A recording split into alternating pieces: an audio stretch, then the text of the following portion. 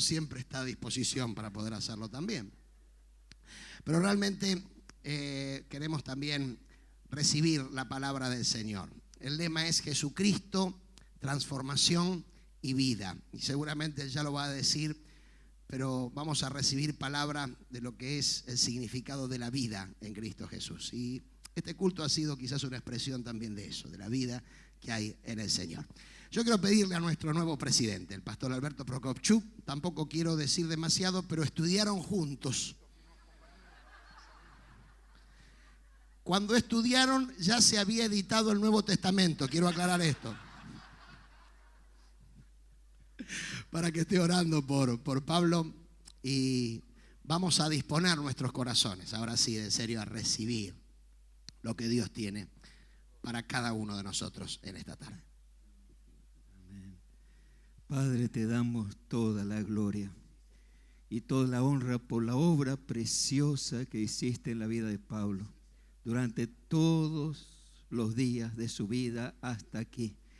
Gracias. Y ahora, Señor, estamos dispuestos a oír tu palabra, que hables a través de su boca, porque cuando hablas, Señor, la tempestad se aquieta.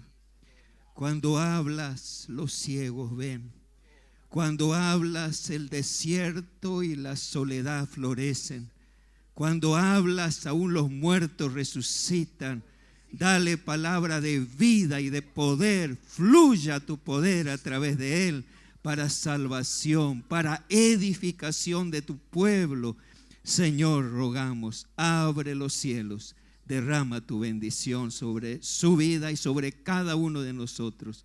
En el nombre de Jesús. Amén. Amén. Gloria al Señor.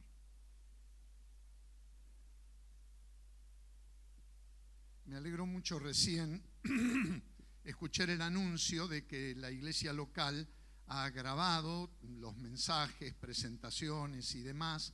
Yo no tenía esa noticia y varios hermanos me preguntaron si era posible disponer de los mensajes y demás. En el momento lo único que se me ocurrió decir es que iba a pasar el texto. Yo tengo estos mensajes conmigo palabra por palabra y pasar el texto a la SEP a través del hermano Roberto Martín para publicarlo en el expositor o en la página de la Confederación para todos los hermanos que tengan interés en volver a leer, a meditar, a pensar, reflexionar. Una idea que muy buena que quiero compartir, me dio un pastor, me dijo: yo quiero esos mensajes porque quiero reunir a los líderes de mi iglesia y los vamos a tomar párrafo por párrafo, los vamos a discutir, a debatir, a desmenuzar y a analizar y demás. Esto es lo que hay que hacer, esto es lo que hay que hacer, es lo que hicieron los hermanos de Berea y les fue muy bien, por lo menos pasaron a la historia registrado en el libro de los Hechos. Así que esto es lo que hay que hacer. Algunos hermanos se acercaron también con inquietudes personales. Aprecio muchísimo esas inquietudes personales que dan siempre la oportunidad de clarificar, ampliar, profundizar. Los mensajes, hermanos, en mi concepto, el ideal de estos discursos en la convención es que sean ponencias de nuestro pensamiento bautista, desafíos para nuestra reflexión. Si vos llegaste a la convención esperando escuchar un mensaje devocional o alguna cosa así, discúlpame, eso lo tenés que escuchar en tu iglesia, pero esta es la cátedra bautista. Y estas presentaciones, especialmente la de las dos primeras presentaciones, son para pensarlas, para reflexionarlas, no para decir amén, amén, pero para pensarlas, para reflexionarlas. Así que hay que volver a leerlo con cuidado, con tranquilidad, discutirlo, debatirlo en oración, chequear con la palabra profética más segura si es correcto o no es correcto, ¿verdad? Esta noche el enfoque va a ser un poquito diferente. Hemos hablado de la necesidad de una nueva cristología, es decir, una cristología bien agarrada de Cristo, y no con un Cristo cualquiera, sino con el Cristo de los evangelios. Hemos hablado de la necesidad de una nueva misiología, es decir, una reflexión seria sobre la misión de la iglesia, y escogimos de todas las posibilidades de reflexión el concepto, la idea de transformación. Y dijimos ayer que hay por lo menos 6 áreas en las que nosotros tenemos que tomar seriamente un proceso de transformación. Una transformación filosófica, una transformación teológica, eclesiológica, misiológica, etc.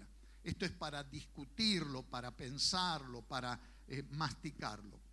Hoy vamos a tomar el concepto de vida que está en nuestro lema en torno a la necesidad que tenemos de una nueva espiritualidad, una nueva espiritualidad. Y lo que, ¿cómo puedo decir? El medio, la metodología, si me permiten, que he escogido para esta presentación, ya no es una ponencia como las 2 primeras. Es un estudio bíblico, pero más que un estudio bíblico, es una exposición de un pasaje de la Biblia. Aquellos que se quedaron con ganas de un poco más de Biblia, esta noche se la van a comer, pero versículo por versículo. Porque eso es lo que vamos a hacer, una exposición basada en un exégesis, una exposición bíblica, sobre una nueva espiritualidad, vida. El pasaje que he escogido para esta oportunidad está en el libro de Joel. Es un pasaje un poco extenso, pero no importa, el mensaje dura más o menos 1 hora, mañana es feriado, si alguien se cansa, váyase tranquilo, pero yo voy a predicar 1 hora, por lo menos. Y el pasaje es largo. Joel capítulo 2, versículo 1, y vamos a leer también los versículos 12 al 27. Voy a dar lectura de este pasaje precioso, muy conocido, muy inspirador. Se ha leído mucho, se ha predicado mucho en los últimos años en nuestras iglesias. Lo voy a leer de la Nueva Versión Internacional. Dice el versículo 1, Joel capítulo 2. Toquen trompeta en Sión, den la voz de alarma en mi santo monte. También todos los habitantes del país, pues ya viene el día del Señor. En realidad ya está cerca. Versículo 12. Ahora bien, afirma el Señor, vuélvanse a mí de todo corazón, con ayuno, llantos y lamentos. Rásguense el corazón y no las vestiduras. Vuélvanse al Señor su Dios, porque Él es bondadoso y compasivo, lento para la ira y lleno de amor. Cambia de parecer y no castiga. Tal vez Dios reconsidere y cambie de parecer y deje tras de sí una bendición. Las ofrendas de cereales y las libaciones son del Señor su Dios. Toquen la trompeta en Sión, proclamen el ayuno, convoquen a una asamblea solemne. Congreguen al pueblo, purifiquen la asamblea, junten a los ancianos del pueblo, reúnan a los pequeños y a los niños de pecho. Que salga de su alcoba el recién casado y la recién casada de su cámara nupcial. Lloren, sacerdotes, ministros del Señor entre el pórtico y el altar, y digan: compadécete, Señor, de tu pueblo. No entregues tu propiedad al oprobio para que las naciones no se burlen de ella. ¿Por qué habrán de decir entre los pueblos: ¿dónde está tu Dios? Entonces el Señor mostró amor por su tierra y perdonó a su pueblo. Y les respondió el Señor: miren, les enviaré cereales, vino nuevo y aceite hasta dejarlos plenamente satisfechos, y no volveré a entregarlos al oprobio entre las naciones. Alejaré de ustedes al que viene del norte, arrojándolo hacia una tierra seca y desolada. Lanzaré su vanguardia hacia el mar oriental y su retaguardia hacia el mar occidental. Subirá su hedor y se elevará su fetidez. El Señor hará grandes cosas. No escuché nada. El Señor hará grandes cosas. Aleluya. No temas tierra, sino alégrate y regocíjate, porque el Señor hará grandes cosas. No teman animales del campo, porque los pastizales de la estepa reverdecerán. Los árboles producirán su fruto, y la higuera y la vid darán su riqueza. Alégrense, hijos de Sión, regocíjense en el Señor su Dios, que a su tiempo les dará las lluvias de otoño. Les enviará la lluvia, la de otoño y la de primavera, como en los tiempos pasados. Las eras se llenarán de grano, los lagares rebosarán de vino nuevo y de aceite. Yo les compensaré a ustedes los años en que todo lo devoró ese gran ejército de langostas que envié contra ustedes. Las grandes, las pequeñas, las larvas y las orugas. Ustedes comerán en abundancia hasta saciarse y alabarán el nombre del Señor su Dios, que hará maravillas por ustedes. Nunca más será avergonzado mi pueblo. Entonces sabrán que yo estoy en medio de Israel, que yo soy el Señor su Dios y no hay otro fuera de mí. Nunca más será avergonzado mi pueblo. Es palabra de Dios.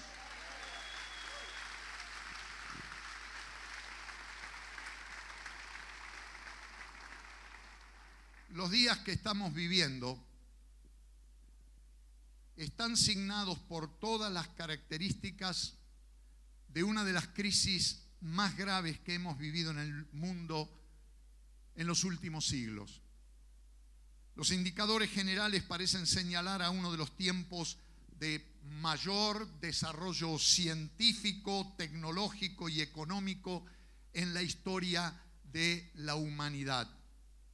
Sin embargo, una lectura más puntillosa y detallada de la realidad muestra que bajo el barniz de la globalización y la euforia económica que ésta provoca, se está gestando una tormenta cuyas consecuencias sociales y políticas para la paz del mundo son inimaginables.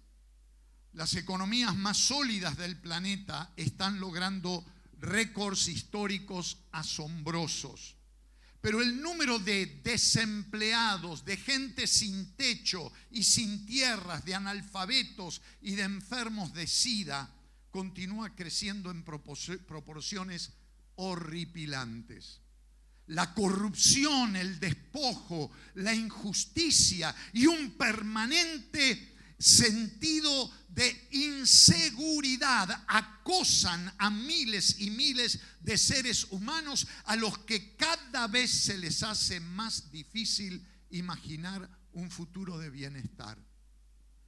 Fue en un contexto parecido que el profeta Joel pronunció las palabras que se encuentran en su profecía en los versículos que hemos leído. Judá se encontraba recorriendo las últimas fases de una crisis terminal.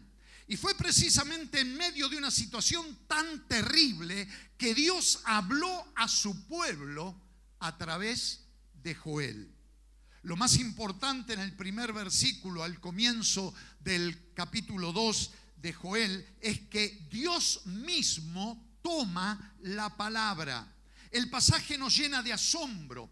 Según Joel, frente a una situación tan terrible, la única posibilidad de liberación está en clamar al Señor con todo el corazón. en razón de que la crisis afecta absolutamente a todo el pueblo, todo ser humano, sin distinción de edad, condición civil, nivel económico, social o religioso, debe involucrarse sinceramente en el clamor a Dios. Según estos versículos, el profeta parece ver en todo lo que ocurre la mano de Dios y la necesidad de que el pueblo recurra a Él para su liberación. Tal es la función del verdadero profeta: ser un intérprete inspirado de las crisis que vive el pueblo y marcar, señalar el camino de liberación. Nosotros hoy, utilizando las palabras de Joel, podemos decir proféticamente que el día del Señor está muy cercano. Esta es la razón por la que hay que tocar la trompeta en Sión, es decir, en el pueblo del Señor, y dar la voz de alarma entre aquellos que invocan su nombre, o sea, en su santo monte, es decir, la iglesia de Jesucristo. De manera muy dramática nos estamos acercando a los últimos días antes del fin del mundo y del glorioso retorno de nuestro Señor Jesucristo. En un sentido muy real, nos encontramos viviendo el día antepenúltimo de la historia humana, el día que precede inmediatamente al día penúltimo, que a su vez viene antes del día último o final, de los que también nos habla el profeta en los párrafos que siguen hasta el cierre del libro. Léanlo ustedes después. Todo tiempo es equidistante a la eternidad. Hay eventos y crisis que de algún modo operan como indicadores de la inminencia del día final, pero que también lo anticipan y sirven de advertencia y llamado. Como dijera Jesús en Marcos 1:15, se ha cumplido el tiempo, el kairos. Se ha cumplido el tiempo. El reino de Dios está cerca. Arrepiéntanse y crean las buenas nuevas. Es el mismo mensaje. Hay un tiempo de juicio divino que se está aproximando. El día del Señor, como dice Joel, en realidad ya está cerca. La trompeta celestial ya está anunciando el advenimiento de este día terrible. Su patetismo está en el hecho de que el Señor actuará con todo su poder en la historia humana para vindicar su justicia. Es en este contexto que el profeta Joel menciona el día del Señor. Este día no tiene tanto que ver con una fecha determinada, sino con el cumplimiento del propósito redentor de Dios en la historia. De algún modo, toda crisis humana tiene que ver con este propósito. Aquí la idea fundamental es la de la victoria de Dios, que significa la derrota de cualquier enemigo. Este día es la expresión del acontecimiento de esta victoria, y en razón de que esto involucra un juicio previo a la liberación, cualquier crisis que se enfrente es un anticipo del triunfo divino final. Es por esto que el día del Señor está siempre cerca de los seres humanos en todos los tiempos. ¿Qué significa esto para nosotros hoy? Que bajo ninguna circunstancia debemos perdernos el kairos de Dios, el tiempo de Dios que hoy está ocurriendo. Un tiempo de la renovación espiritual que Dios está obrando hoy en todo el mundo. La vida nueva que Él está obrando por su Espíritu Santo en las iglesias que están dispuestas a obedecerlo y a seguirlo. El Señor está soplando su Espíritu sobre la iglesia. Es decir, Él está dando nueva vida a su pueblo para que éste esté en las mejores condiciones espirituales para hacer frente a los desafíos y las oportunidades que están ocurriendo en este día, en el día antepenúltimo anunciado por el profeta Joel, el día del cercano fin de la historia. Este es el gran día que estamos viviendo hoy. El día de la renovación, discúlpame si no te gusta la palabra, pero es bíblica. El día de la renovación espiritual de la iglesia. En preparación para el gran avivamiento evangelizador global que vendrá en el día penúltimo. Y que va a llevar a que toda lengua confiese que Jesucristo es el Señor, para la gloria de Dios el Padre. Ese es el programa, hermanos, y no lo vamos a cambiar nosotros. Si es así, si es correcta esta lectura de la profecía, entonces es pertinente y necesario que nosotros esta noche, en este cónclave nacional, como iglesias que forman parte del reino de Dios, es necesario que prestemos atención a lo que la palabra de Dios nos indica acá en Joel capítulo 2, versículos 12 al 27. No es lo que yo digo, es lo que la Biblia dice. Así que la vamos a leer versículo por versículo.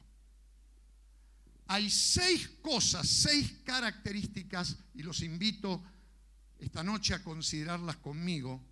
6 características del día de la renovación de la vida de la iglesia, o del día antepenúltimo, a la luz del pasaje de Joel 2, 12 al 27.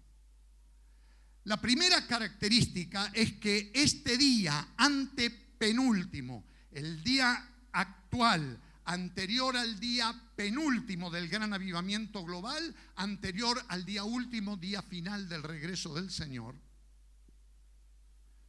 es un día de reconciliación.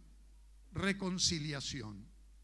Joel expresa esto de la siguiente manera en los versículos 12 y 13. Ahora bien, afirma el Señor, vuélvanse a mí de todo corazón con ayunos, llantos y lamentos. Rásguense el corazón y no las vestiduras. Vuélvanse al Señor su Dios, porque Él es bondadoso y compasivo, lento para la ira y lleno de amor. Cambia de parecer y no castiga. Como se ve, este es un llamado a la reconciliación más sincera y profunda. Hay 2 cosas a notar en relación con esta reconciliación. Primero, notemos la demanda de la reconciliación. Es necesario que el pueblo de Dios en este día antepenúltimo, el día de la renovación espiritual de la iglesia, se vuelva al Señor. Es decir, se convierta al Señor y se reconcilie con Él. 2 veces aparece el imperativo vuélvanse en estos 2 versículos.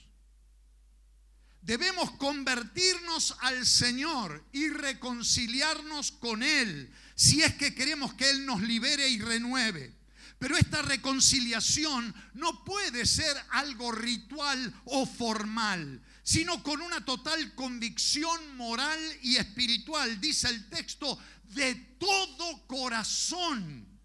El ayuno, llantos y lamentos deben ser manifestaciones externas de una sincera actitud de conversión interna y del deseo de volver a relacionarnos con el Señor.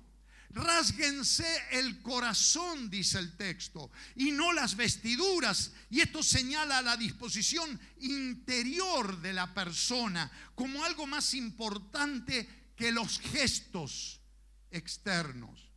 Notemos que no se trata de conversión del pecado, lo cual es un acto penitencial, puesto que el texto no menciona el pecado del pueblo.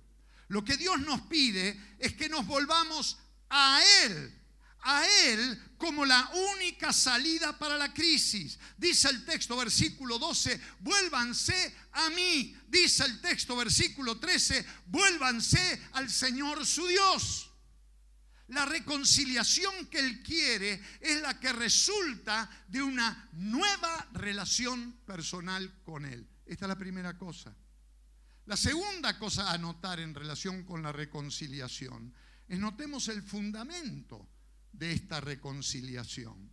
El fundamento de esta actitud de conversión y reconciliación es fe, pero fe entendida como confianza en el hecho concreto de quién es Dios. Él es, dice el versículo 13, bondadoso y compasivo. La única esperanza de liberación para el pueblo oprimido está en la misericordia y clemencia de un Dios que es lento para la ira y lleno de amor. El Dios que nos ama y quiere liberar es el Dios que cambia de parecer y no castiga. Joel ve a Dios como el único Salvador y como el único que puede tornar la muerte en vida, el único que puede salvar a su pueblo. Hoy es el día antepenúltimo, el día de la renovación espiritual de la iglesia, y como tal, este es un día de conversión y reconciliación para el pueblo de Dios. Debemos volvernos a Él, al Señor nuestro Dios. Debemos restablecer la relación rota o deteriorada con Él. La segunda característica es que este es un día de reunión, un día de reunión.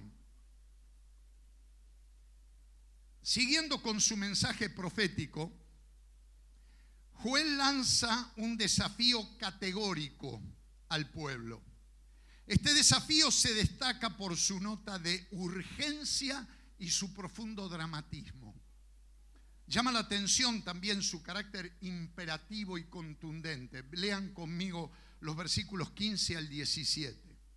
Toquen la trompeta en Sión, proclamen el ayuno, convoquen a una asamblea solemne, congreguen al pueblo, purifiquen la asamblea, junten a los ancianos del pueblo, reúnan a los pequeños y a los niños de pecho, que salga de su alcoba el recién casado y la recién casada de su cámara nupcial. Lloren los sacerdotes, los pastores, líderes, lloren.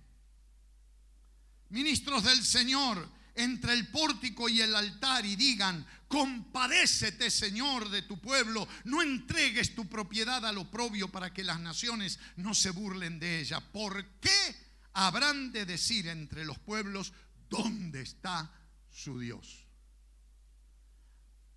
Hay tres cosas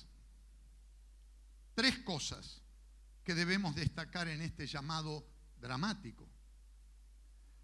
Primero, notemos la urgencia de esta reunión. La expresión toquen la trompeta introduce una nueva estrofa. Estos pasajes son poéticos en el hebreo. Introduce una nueva estrofa donde el tema es la convocatoria bíblica al ayuno, versículo 15, y a la lamentación, versículo 17. Todo el pueblo y los líderes religiosos, los sacerdotes, son llamados a hacer lamentación. El toque de trompeta aquí no está vinculado, como en otros casos, otros pasajes en el Antiguo Testamento, a un llamado de alarma militar, el toque del shofar, por ejemplo, un evento militar, sino a una convocación general a una asamblea solemne. Necesitamos urgentemente reunirnos para proclamar ayuno y oración por nuestros pecados, humillarnos delante del Señor e invocar su nombre. Este es el desafío bien conocido de 2 Crónicas 7:14, que repetimos mucho, pero obedecemos poco. Si mi pueblo que lleva mi nombre se humilla y ora y me busca y abandona su mala conducta, yo lo escucharé desde el cielo, perdonaré su pecado y restauraré su tierra. La urgencia de esta reunión.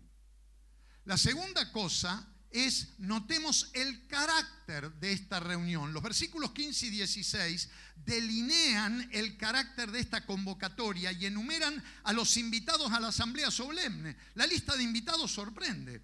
Congreguen al pueblo, dice la invitación. Es una expresión general que incluye a todo el pueblo, religiosos y no religiosos. Junten a los ancianos, es una expresión más específica y se refiere a la comunidad religiosa. Son los que participan regularmente del culto en el templo. Las dos expresiones se refieren a sectores diferentes, distintos de la comunidad, con lo cual el mensaje de estas líneas es también un mensaje de perdón y reconciliación entre ellos, que muchas veces están divididos y peleados. En tiempos como estos, nadie puede quedar fuera de la invitación a reunirnos delante del Señor para clamar por su perdón y liberación. Líderes y pueblo por igual son desafiados a reunirse en esta asamblea solemne. Ahora vean que absolutamente todos los habitantes de Jerusalén son convocados, fieles e infieles, líderes y no líderes, incluso los niños y los que maman, que uno dice no tienen nada que ver, también son invitados. Y hasta los novios que están de luna de miel. El autor convoca a todos para enfatizar la fuerza y el alcance de su llamado. El carácter extraordinario de la convocatoria bien lo justifica, porque frente a la crisis Dios va a cumplir sus propósitos eternos y redentores para con su pueblo. Versículo 18. Todos tenemos la necesidad y el deber de clamar a Dios en esta hora, porque la crisis nos afecta a todos por igual. Y la tercera cosa, notemos la necesidad de esta reunión.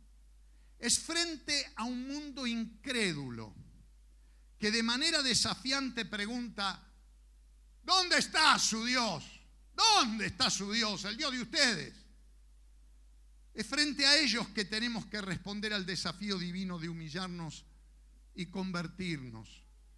La iglesia en su totalidad es llamada a una asamblea solemne de oración para expresar su dependencia del Señor y el reconocimiento de la necesidad de su asistencia en estos días de crisis que vivimos. Solo si hacemos sonar la trompeta del Señor en medio de su pueblo, proclamando ayuno y convocamos asamblea solemne, llegaremos a tener una respuesta contundente a la pregunta: ¿dónde está su Dios? Tercero,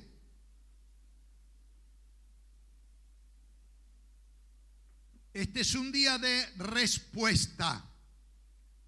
Respuesta. Dios no es sordo al clamor de sus necesitados, de los necesitados. Él siempre responde al pueblo que se vuelve a Él con su carga y dolor. Joel ahora se proyecta hacia el futuro y anticipa una maravillosa esperanza de liberación. Dios no se olvida de los suyos. Joel trata esta cuestión en detalle, puntillosamente, en los versículos 18 hasta la primera parte del versículo 23, y nos presenta otra vez 3 respuestas de Dios al clamor del pueblo. La primera respuesta de Dios es perdón. Perdón. Según Joel, lo que ocurre cuando el pueblo clama al Señor pidiéndole que lo renueve espiritualmente es lo siguiente, versículo 18. Entonces el Señor mostró amor por su tierra y perdonó a su pueblo. Perdonó a su pueblo. El versículo 18 es una nota introductoria que relaciona el clamor de los versículos 15 al 17 con la respuesta de Dios mismo en los versículos 19 al 23. Dios responde a la necesidad de su pueblo y lo hace mostrando amor por su tierra. La expresión describe el amor y devoción de Dios por su pueblo y la tierra que éste ocupa. El primer contenido explícito de la respuesta divina es perdón. Solo el perdón divino nos habilita para recibir de Él cualquier otra manifestación de su amor, incluida la renovación espiritual.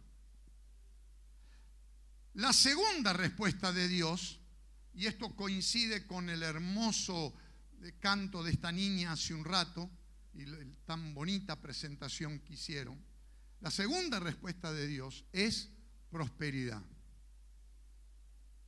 Ustedes escucharon antes de ayer una palabra de juicio dura contra el evangelio de prosperidad. Y me hago cargo de cada palabra que gentilmente leyó mi hermano el doctor Caramuti.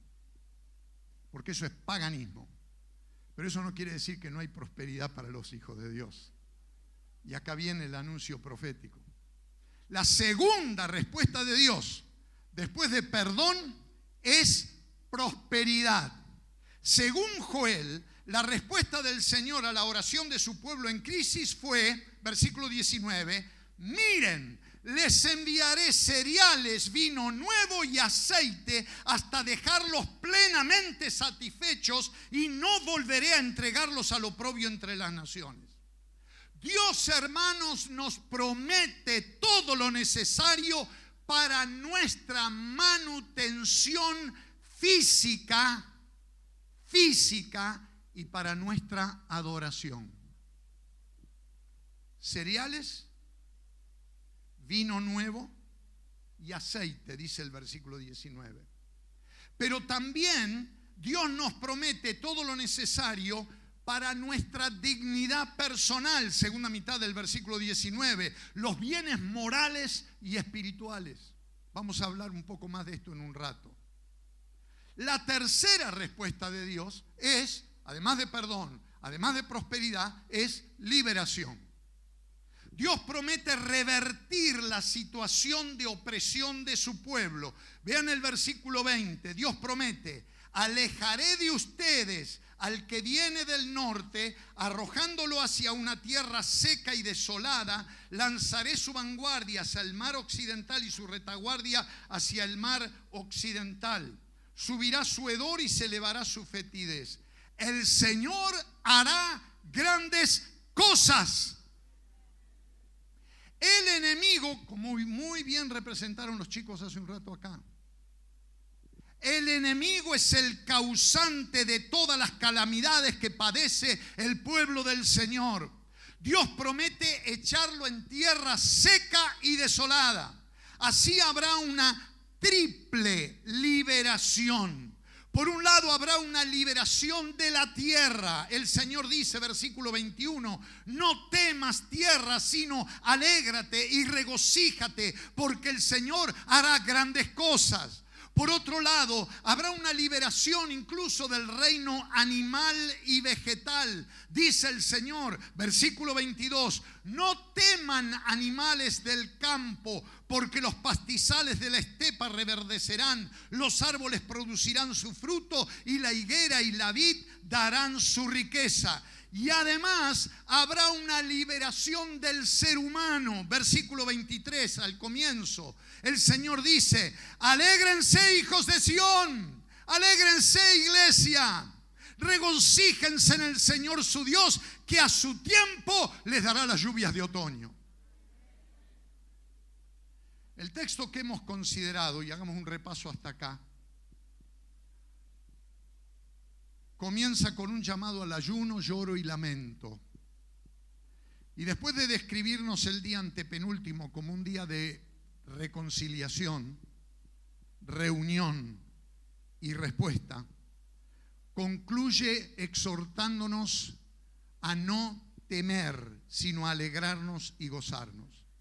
En medio, hermanos, de la crisis que nos envuelve, el único que puede provocar en nosotros un cambio tan radical es el Señor.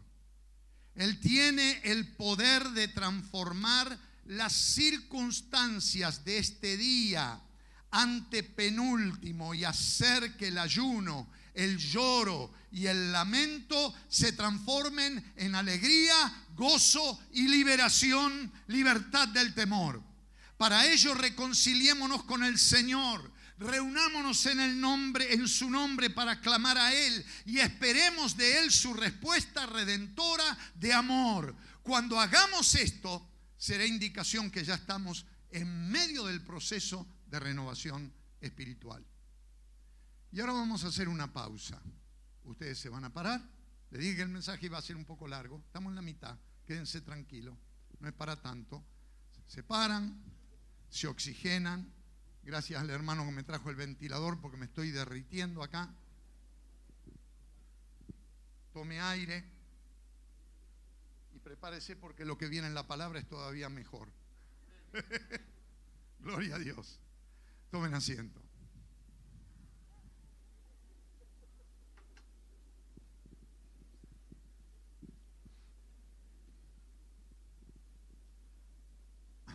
Andamos por el versículo 23. Cuarto.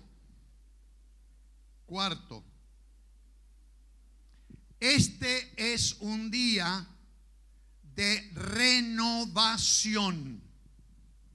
No hay nada en el orden creado que ilustre mejor el principio de la renovación espiritual que Dios quiere producir en su pueblo que una buena lluvia. Que una buena lluvia. Es una de las imágenes más ricas, más preciosas, más cargadas de sentido en toda la palabra de Dios. Esta es precisamente la ilustración que presenta el profeta para referirse a esta operación del Espíritu Santo en el pueblo de Dios. Dice Joel en la segunda mitad del versículo 23. Su Dios, agrega, a su tiempo les dará las lluvias de otoño. Y agrega el texto inmediatamente, les enviará la lluvia de otoño y la de primavera como en tiempos pasados. Hay 5 cosas a tener en cuenta en estas palabras que acabamos de leer. Primero, estas palabras tienen un significado providencial. La renovación de la vida en nuestro texto está vinculada con la lluvia como el elemento básico para el sustento de la agricultura y la ganadería en una región árida como Palestina. Así como Judá no pudo hacer nada para expulsar al invasor del norte, tampoco pudo hacer nada para que lloviese. Y escúchenme bien, mis colegas pastores, la lluvia de la renovación espiritual de la iglesia es una acción exclusivamente divina. No podemos hacer nada, no la podemos fabricar, no la podemos provocar. Y cuando lo intentamos hacer, metemos la pata y provocamos escándalo. Segundo, estas palabras tienen un significado profético. El texto habla de la lluvia temprana y tardía, la lluvia de otoño y la de primavera. El alcance profético, vean que son 2 lluvias diferentes. El alcance profético de estas 2 lluvias va mucho más allá de un fenómeno meramente meteorológico o físico o regional en la Palestina de un momento dado. En el Antiguo Testamento, las lluvias están relacionadas generalmente con tiempos de renovación espiritual del pueblo de Dios. No tenemos tiempo ahora, pero anoten. Oseas capítulo 6, versículo 3. Tomen nota. Proverbios 16, 15. Zacarías 10, 1. Y si vamos al Nuevo Testamento, en el Nuevo Testamento es exactamente igual. Las lluvias están relacionadas con la renovación espiritual previa a la segunda venida de Cristo. Anoten Santiago 5, 7 y 8. Después lo leen y se convencen de la Biblia, no de lo que yo les digo. Tercero, estas palabras tienen un significado histórico.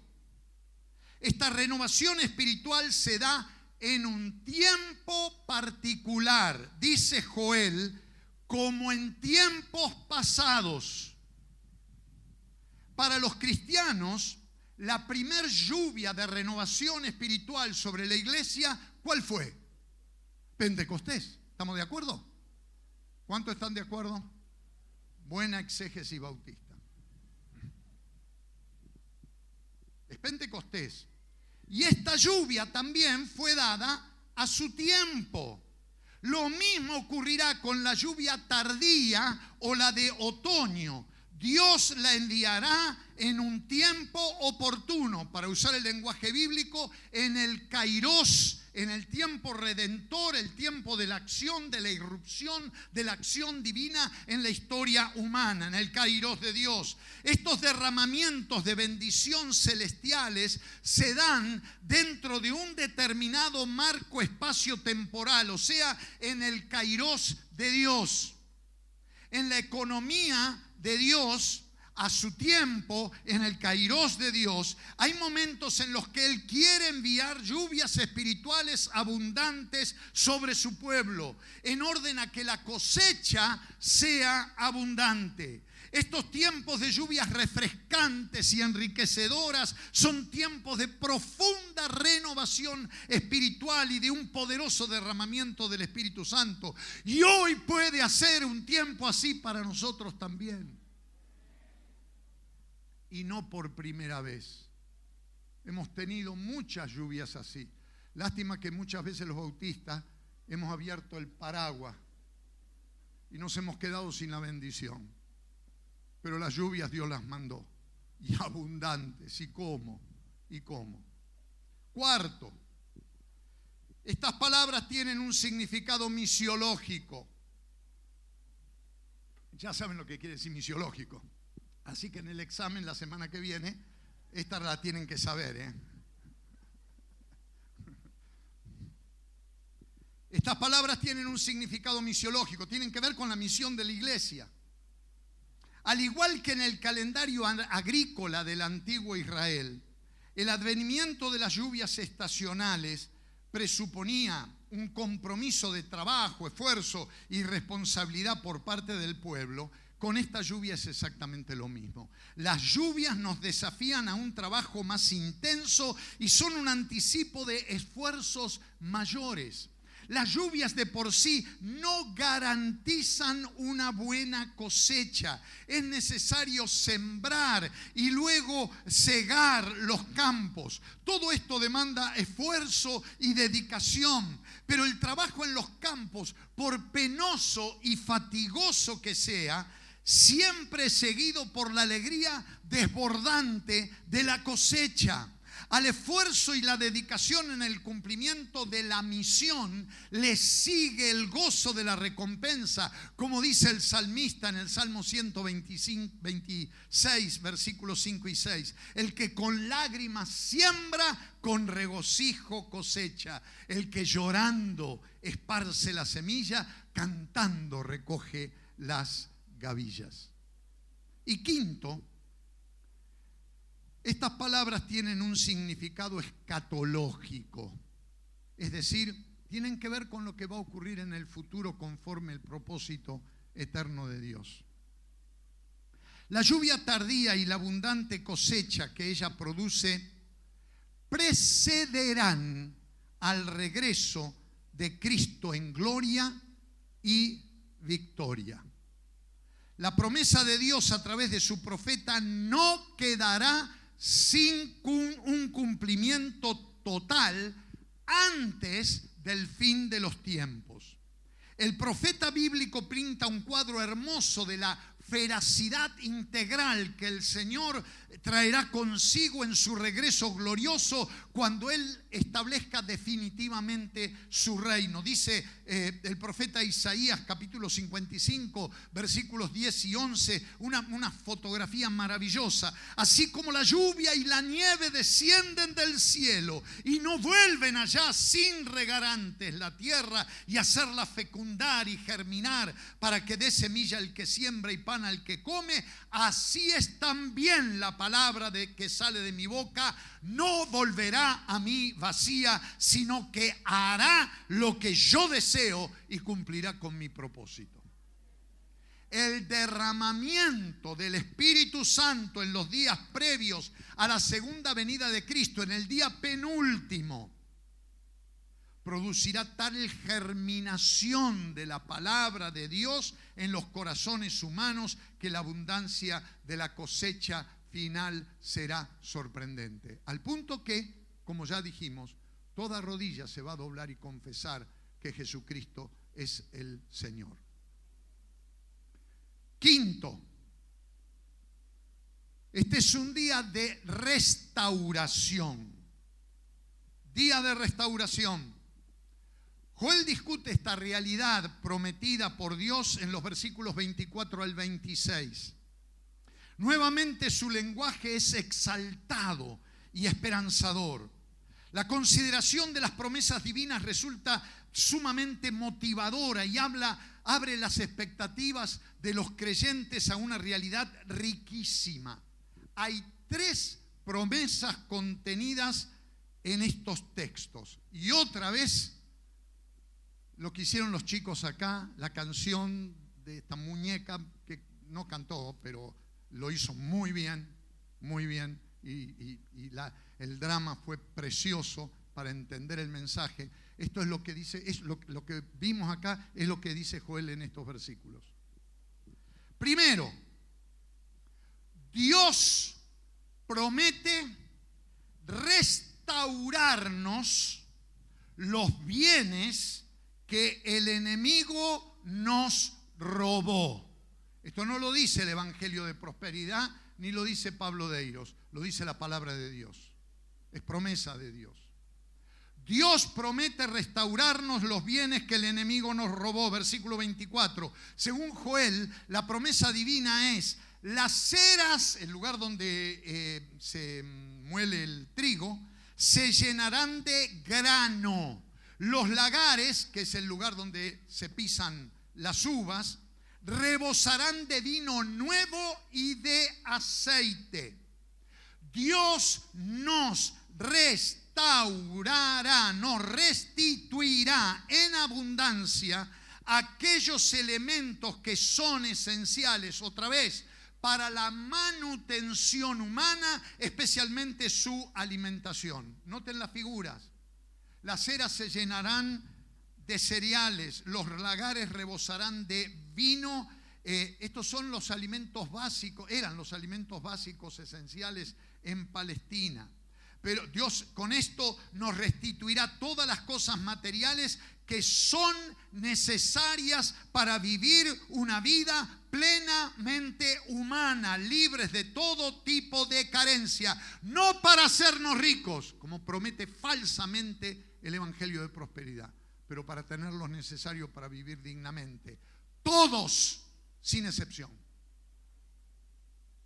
Pero Él también nos promete aquellos elementos o recursos que necesitamos para ofrecerle un culto y servicio dignos de Él. Cereales, vino y aceite, además de ser alimento, eran los elementos básicos para las ofrendas en el templo. Los más pobres de los pobres traían cereal, vino y aceite y lo derramaban en el altar del Señor como ofrenda quemada al Señor. En otras palabras, los elementos esenciales para el sostén de la vida humana, gracias querida, y el culto a Dios son garantizados en esta promesa: grano, vino nuevo y aceite. Segundo, Dios promete restaurarnos el tiempo que el enemigo nos robó. Según Joel, la promesa divina es, versículo 25, y es interesante: yo les compensaré a ustedes por los años en que todo lo devoró ese gran ejército de langostas que envié contra ustedes, las grandes, las pequeñas, las larvas y las orugas. Hermanos, Satanás nos ha robado tiempo significativo. Nos ha afanado los años. Hemos perdido años discutiendo estupideces en esta convención. Años peleándonos, años desentendiéndonos. En lugar de unirnos para proclamar el evangelio, hemos estado peleando por cuotas mezquinas de poder. ¡Basta!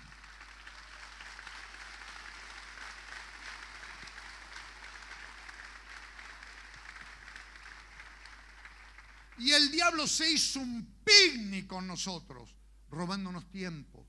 Tiempo que tendríamos que haber usado para proclamar juntos el evangelio de Jesucristo. Satanás nos ha robado tiempo en todos los niveles de nuestras relaciones, en la esfera personal, familiar, eclesial, social, etc. Hay sueños que han quedado sin cumplirse en el tiempo, pero Dios va a hacerlos realidad. Las huestes demoníacas en todas sus expresiones que han asolado todas las áreas de nuestra condición humana quedarán anuladas en su acción destructora, y Dios se mostrará generoso al compensar lo robado y apropiado indebidamente por el destructor. Nadie dice gloria a Dios acá, nadie. ¿Qué le enseñan ustedes a la creyentada? Tercero,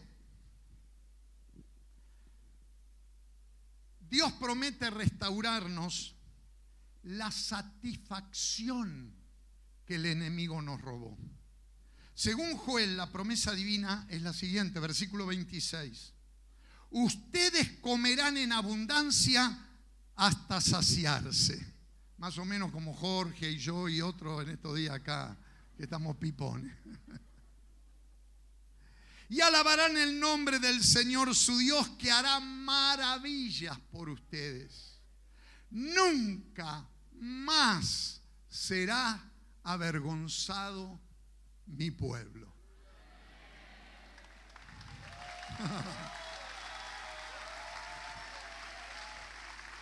Estoy llegando al final del sermón y ahora se empiezan a...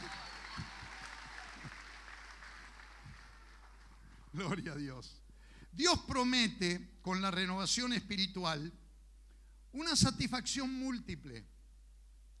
Por un lado, Él promete satisfacción física. Comerán, dice el texto, comerán en abundancia hasta saciarse. Por otro lado, Él promete satisfacción espiritual. Dice el texto, alabarán el nombre del Señor su Dios.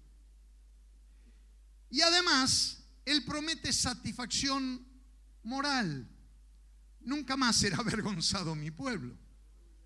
Solo el Señor puede transformar nuestra manera medrosa, triste y frustrante de vivir la vida cristiana y tornarla en una vida plena, abundante, verdaderamente humana, una vida como la de Jesús formándose en nosotros por la plenitud de la operación del Espíritu Santo.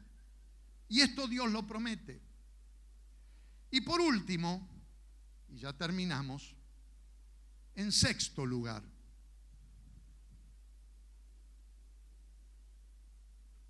este es un día de reconocimiento. único. Él cierra su descripción del día de la renovación espiritual, del día del pueblo de Dios, el día antepenúltimo, que sugiero es el día que estamos viviendo, con las siguientes palabras del Señor, versículo 27. Entonces sabrán que yo estoy en medio de Israel, que yo soy el Señor su Dios y no hay otro fuera de mí. Nunca más será avergonzado mi pueblo. ¿Cuál es el propósito de la acción liberadora de Dios a favor de su pueblo? La respuesta es: esta acción sirve como un medio por el cual Dios se da a conocer. Dios se da a conocer. Él se da a conocer. Y Él se da a conocer, según el texto, de dos maneras. Por un lado, Él se da a conocer como un Dios presente. La primera noche hablábamos en Cristología, de una Cristología que habla de un Cristo presente. Vuelvo a repetir la misma idea. Un Dios presente. Dios dice: entonces sabrán que yo estoy en medio de Israel. Esta afirmación tiene dos implicaciones fundamentales. Primero, Dios mora en medio de su pueblo y esto significa protección. Como señala en el profeta en el capítulo 3, versículo 17, entonces ustedes sabrán que yo, el Señor su Dios, habito en Sión, mi monte santo. Segundo, Dios mora en medio de su pueblo y esto significa no solo protección, esto significa poder. Poder. Jesús prometió a sus seguidores: cuando venga el Espíritu Santo sobre ustedes, recibirán poder y serán mis testigos. Una de las características notables de todo proceso de renovación espiritual es que hay un sentido real y profundo de la presencia del Señor en medio de su pueblo. Un autor contemporáneo, David Bryan, dice: renovación es la manifestación más comprensiva del Rey Jesús a su iglesia, con repercusiones dramáticas. Sacudidos de nuestra apatía y temores, somos lanzados de nuevo a la obra que Cristo quiere ver para su iglesia. Sacudidos en nuestra apatía y temores, somos lanzados de nuevo a la obra del reino en todos los frentes. Así vamos elevándonos a todo lo que Cristo quiere ser para su iglesia. Es como el comienzo de un día totalmente nuevo. Final de la cita. Esta revelación del Rey y de su presencia manifiesta y poder restaurado una vez más entre sus súbditos son retratados de una manera maravillosa por el gran escritor inglés muy conocido, C.S. Lewis, en uno de sus libros, en realidad en uno de sus libros de cuentos infantiles, Las Crónicas de Narnia. Y él lo describe así. El relato refiere que Aslan, el león, ha estado ausente de su reino. ¿Recuerdan los que lo han leído o han visto la película? La bruja blanca ha hecho de Narnia un lugar donde siempre es invierno, pero jamás Navidad.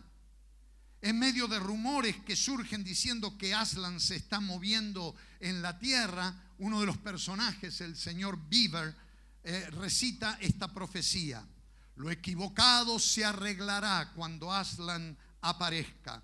Al sonar de su rugido, las penas desaparecerán, y cuando él muestre sus dientes, el invierno encontrará su muerte, y cuando él sacuda su melena, volveremos a tener primavera otra vez. La Biblia lo dice 1.000.000 de veces mejor que esto en esta profecía que estamos considerando. Tal es la esperanza de la iglesia renovada en base a las promesas de su Señor presente en medio de su pueblo. Esto por un lado. Y por otro lado, Él se da a conocer como un Dios único. Dios afirma: yo soy el Señor su Dios. Y esto significa para nosotros la necesidad, como hemos dicho en estos días, de elaborar una nueva teología. Una teología fundada en el proceso de renovación espiritual operado por el Espíritu Santo en la iglesia. El tiempo de una nueva teología ha llegado. Una teología nacida de la experiencia viva del poder y la acción redentora de Dios en favor de su pueblo. Esta es una teología en la que los verbos son más importantes que los adjetivos, en las que las obras de la fe son más significativas que la gramática de la fe.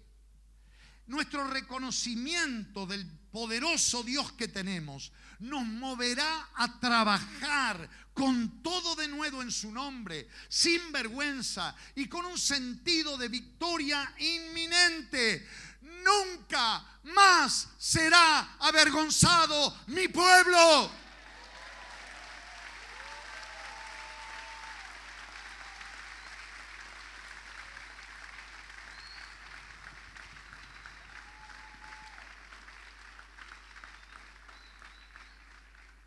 Tengo una conclusión escrita que no la voy a presentar. La van a leer ustedes o ver en algún material que se publique o se difunda.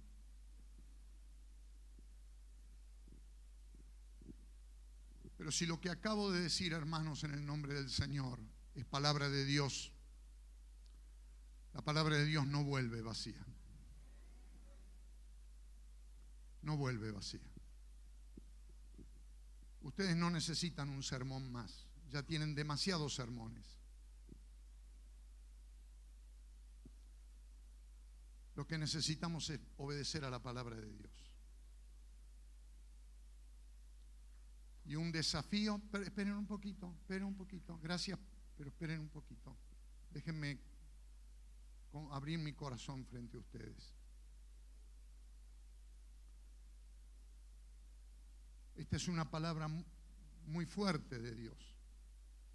Y créanme, con toda candidez y con total temor y temblor, he puesto mis labios, mis pulmones, mi voz al servicio del Señor para que Él hable esta noche. Desde la palabra escrita a la palabra que el Espíritu Santo siembra en el corazón de cada uno de sus hijos. Y me siento en la responsabilidad de interpelarlos con esta palabra. Y no quisiera que nos vayamos de acá esta noche simplemente habiendo escuchado un discurso, un lindo pasaje, algo para pensar, algo para discutir. Las dos presentaciones anteriores eran ponencias. Hagan un bollo, con eso tírenlo a la basura. Si hay algo del Señor ahí, serán ustedes responsables morales delante de Él. Pero esta noche les he leído la Biblia y les he explicado el texto bíblico y lo he aplicado a esta situación. Y nadie se va a ir de acá sin tomar una decisión esta noche, porque sería ofender la palabra de Dios. Por supuesto, la respuesta que vos des es tu respuesta, pero es mi obligación interpelarte y preguntarte, ¿qué vas a hacer con esto? ¿Lo vas a discutir? ¿Te vas a poner a paviar porque el predicador usó la palabra renovación y vos no querés saber nada con la renovación porque te ofendieron, te hirieron, te molestó? Olvídate de esas tonterías. La palabra de Dios no admite confusiones de ese tipo, ni discusiones tan bajas. Pero ¿qué vas a hacer con la palabra del Señor? ¿Qué vamos a hacer, pastores, sacerdotes del altar, ministros del Señor? ¿Qué vamos a hacer, pueblo del Señor redimido por la sangre preciosa de Jesús? ¿Qué vamos a hacer? Este tiempo tan breve que hemos gozado y disfrutado acá, ¿no ha sido una gran bendición espiritual? Yo le he sentido casi como un antipasto de lo que es un proceso de renovación espiritual. obrado por el Señor, no por el pastor Pirulo, nuestro amigo, manipulando emociones y qué sé yo, y tratando de provocar el avivamiento que solamente lo puede provocar el Espíritu Santo. Pero ¿qué vamos a hacer como pueblo del Señor? ¿Qué vamos a hacer como esta porción pequeña pero significativa en la República Argentina, que es la familia, la comunidad que hemos armado a lo largo de los años y que le hemos puesto un nombre? Podíamos haberle puesto cualquier nombre, pero se nos ocurrió ponerle Bautista. Es decir, nos apropiamos del insulto del siglo XVI para nombrarnos a nosotros en el siglo XXI. Pero es la familia que tenemos, ¿no? Es donde nos conocemos, es donde hemos desarrollado relaciones como las que Pichu decía recién, como las que vivimos, experiencias con Elizabeth, con Alberto, y miro tantos rostros, especialmente de pastores, siervos y siervas del Señor acá, y se disparan recuerdos, memorias, anécdotas. Eso es la vida de la familia. Esta es nuestra familia, no es perfecta, pero junto con otros hermanos y hermanas que también invocan el nombre del Señor, estamos tratando de ser fieles a la misión que Él nos encomendó. Pero estamos muy cerca de los tiempos finales. ¿Qué vamos a hacer? Este es el día antepenúltimo. El día que viene ya sabemos, porque la palabra lo anticipa, ya sabemos lo que va a ocurrir. El próximo paso, la próxima obra de Dios masiva a nivel universal es el gran avivamiento del día penúltimo, cuando toda lengua confiese que Jesucristo es el Señor y la palabra de Dios llene hasta el último rincón de la tierra. Pero para que esto ocurra, la iglesia de Jesucristo tiene que renovarse hoy, arrepentirse, tiene que postrarse delante de Dios, ser llena del Espíritu Santo, para tener todos los dones del Espíritu funcionando a pleno, para tener todo el poder y la autoridad que el Señor nos ha dado para ser testigos del Evangelio y dejar de jugar a la iglesia y ser la iglesia de Jesucristo. ¿Qué vamos a hacer?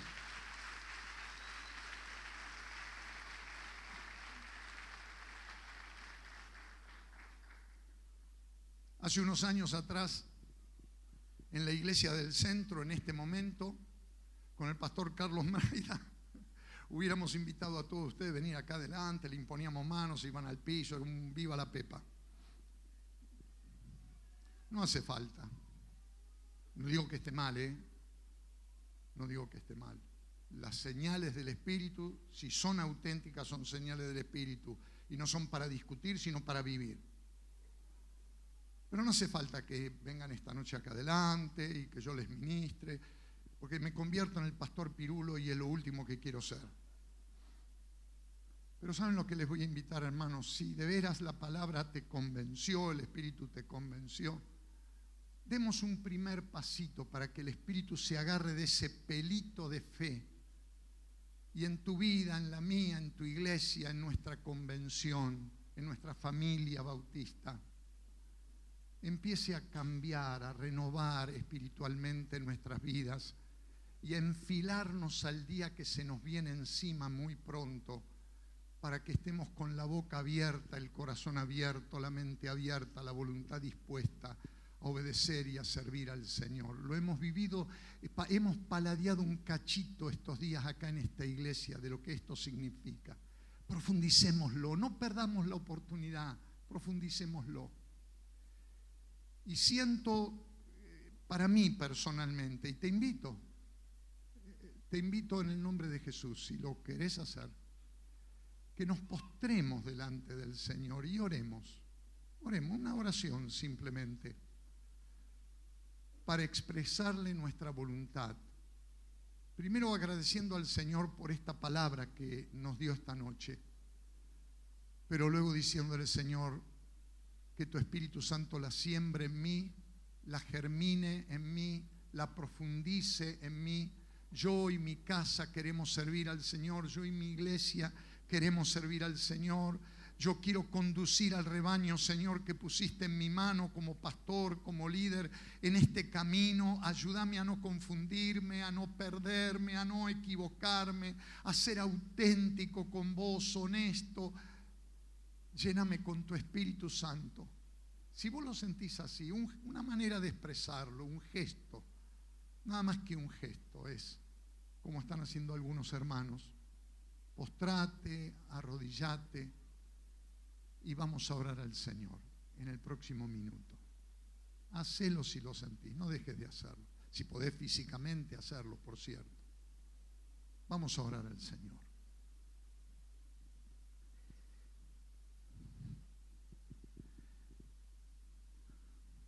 Señor, en este momento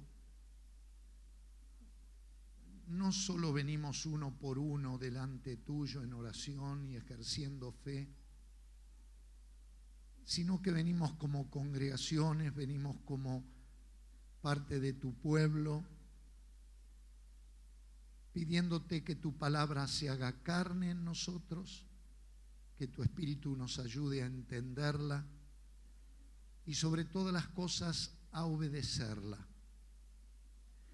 Que en estos tiempos difíciles de confusión, incertidumbre, no erremos el camino y estemos abiertos en fe y en expectativa a lo que vos vas a hacer.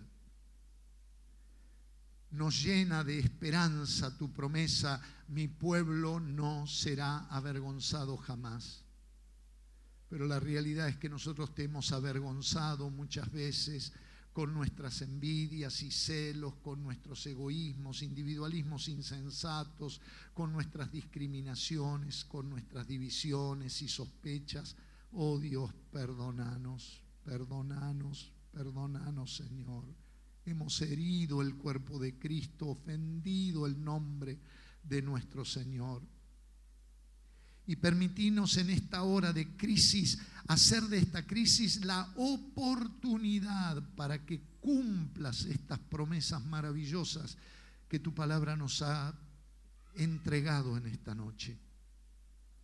Y que renueves a tu pueblo, que nos renueves en nuestra manera de ser, en nuestra singularidad de cada uno, en nuestra particularidad, pero que haya espacio para tu Espíritu Santo, para que seas vos el conductor, el líder, el guía, el que nos llene de esperanza, de ánimo y de fuerzas para cumplir con la misión encomendada.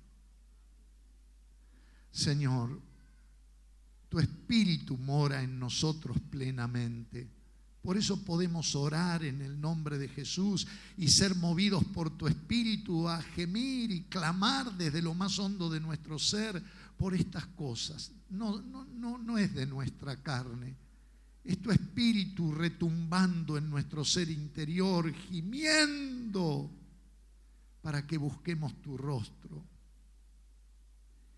Queremos que ese Espíritu tuyo que mora plenamente en nosotros ocupe todas las áreas de nuestra vida, tome control de nuestros pensamientos y sentimientos, de nuestro cuerpo, de nuestras intenciones, se haga dueño de nuestras relaciones, se transforme en el centro de nuestras expectativas y sueños, de nuestros anhelos más caros y preciosos.